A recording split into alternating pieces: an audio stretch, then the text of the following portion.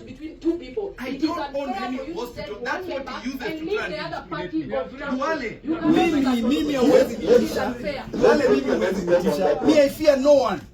Let's take the next This step. nonsense you're bringing to this A regular Tuesday meeting of the National Assembly Health Committee turned into a dramatic confrontation when Health Cabinet Secretary Aden Duale and Kitutu Churches South Member of Parliament Anthony Kibagendi engaged in a fiery exchange that forced the committee chair to call a security officer to restore order.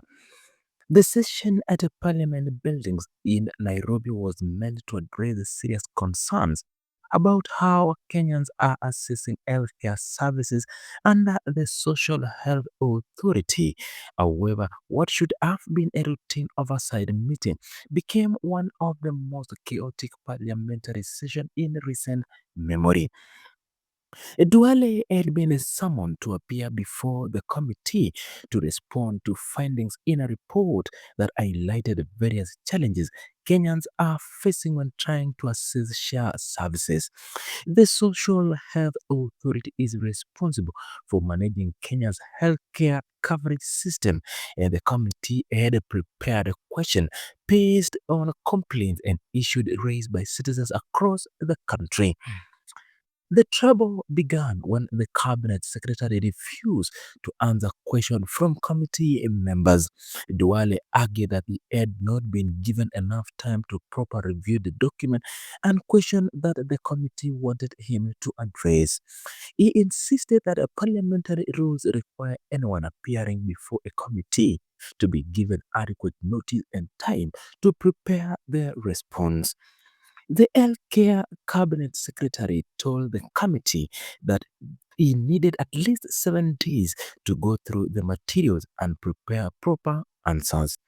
This response did not sit well with several members of committee who felt that the CS cabinet secretary was avoiding accountability and trying to delay the oversight process.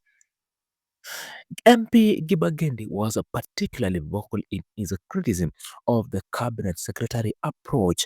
The lawmaker accused Duale of attempting to intimidate the committee and interfere with how members conduct their businesses. Kibagendi made it clear that the committee would not be pushed around or told how it should work. The member of a parliament told the cabinet secretary directly that the committee members were not children who could be dictated to. He insisted that the committee had every right to summon the cabinet secretary and explain to him to answer questions about his ministry performance and the challenges facing the health sector. Duale did not take kindly those accusations. The cabinet secretary fired back at the MP, rejecting claims that he was trying to intimidate anyone. Between two people. I don't own any hospital. That's what he uses to try the other party Duale. Mimi hawezi nitisha. Duale, mimi hawezi nitisha. Me, I fear no one. Let's take the next This step. nonsense you're bringing to this country has to stop. Honorable, Munaibia watu hapa. that's right. You should not be this. Wewe unaibia watu.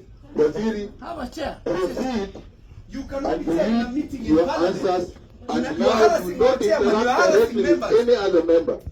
Who are you? You think you can intimidate Chairman, us? We don't fear you. we will write to the speaker. This gentleman should not be in this committee I will be in this because committee. of conflict of interest.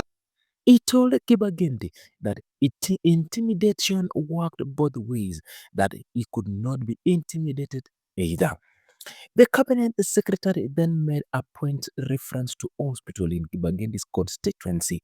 Duale stated that he had already taken action on issues concerning hospital in the MP's area and made it clear that he would not reopen those facilities. This statement appeared to be a direct challenge to the lawmaker and suggested there was a deeper conflict between the two leaders beyond the immediate committee business. The exchange between Duale and Kibagendi grew increasingly heated.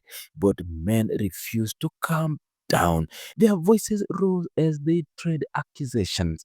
Other committee members watched as the confrontation escalated, with some appearing shocked at the breakdown in decorum. The committee chair James Nyikal, who is also a medical doctor and experienced parliamentarian, tried multiple times to bring the members back to order. Nyikal called on both the cabinet secretary and the MP to calm down and allow the committee to proceed with its work in a professional manner. However, Kibagendi then turned his anger towards the committee chairman himself. The MP accused Nyikal of being biased in how he was handling the session. Kibagendi claimed that the chairman had allowed the cabinet secretary to take over the meeting and was not properly controlling the proceedings. The lawmaker told Nyikal that his behavior during the session was unusual, not characteristics of how he normally conducts committee businesses. This accusation put the chair in a difficult position, caught between a compactive cabinet secretary and angry committee member. Dr. Nyikal firmly denied that he was showing any bias. The chairman insisted that he remained in full control of the meeting and was conducting it according to proper parliamentary procedure.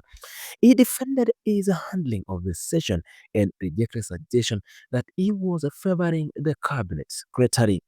When Kibagendi refused to stop speaking and continued to challenge both the cabinet secretary and the chairman, Nyikal made a decisive move.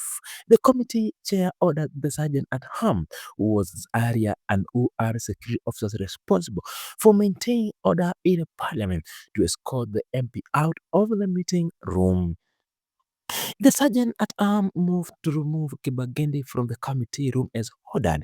However, even as he was being escorted out, the MP and the cabinet secretary continued with their argument. The two leaders kept exchanging words as Kibagendi walked out towards the exit, showing no signs that the confrontation had cooled down.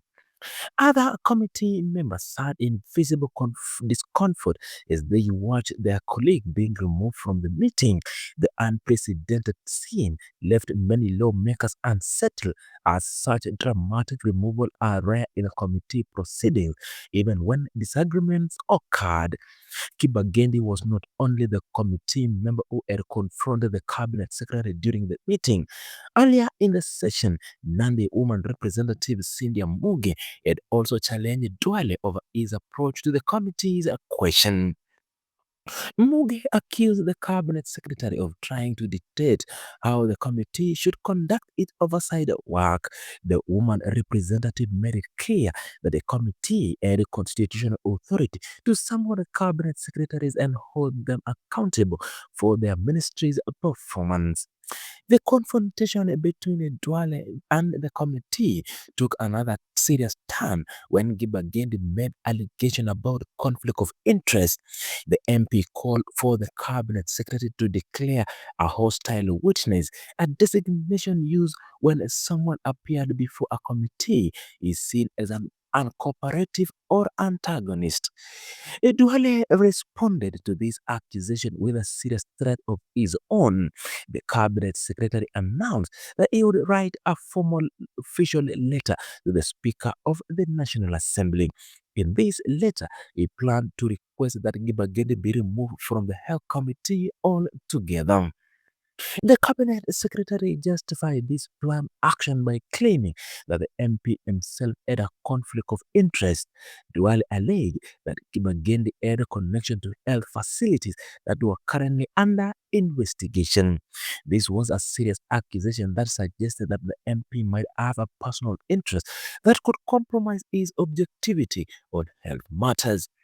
Kibagendi immediately and strongly denied owing or having linked to any health facility under investigation. The MP challenged the cabinet secretary to provide concrete evidence to support his claim. He insisted that the allegations were false and appeared designed to discredit him and distract from the real issue the committee was trying to address. The question of hospital ownership and potential conflict of interest added another layer of complexity. in the confrontation. If true, such connection could indeed raise a question about whether a committee member should be involved in oversight of health sector. However, with the evidence, the allegation remained unproven. Accusation exchanged in the heated argument.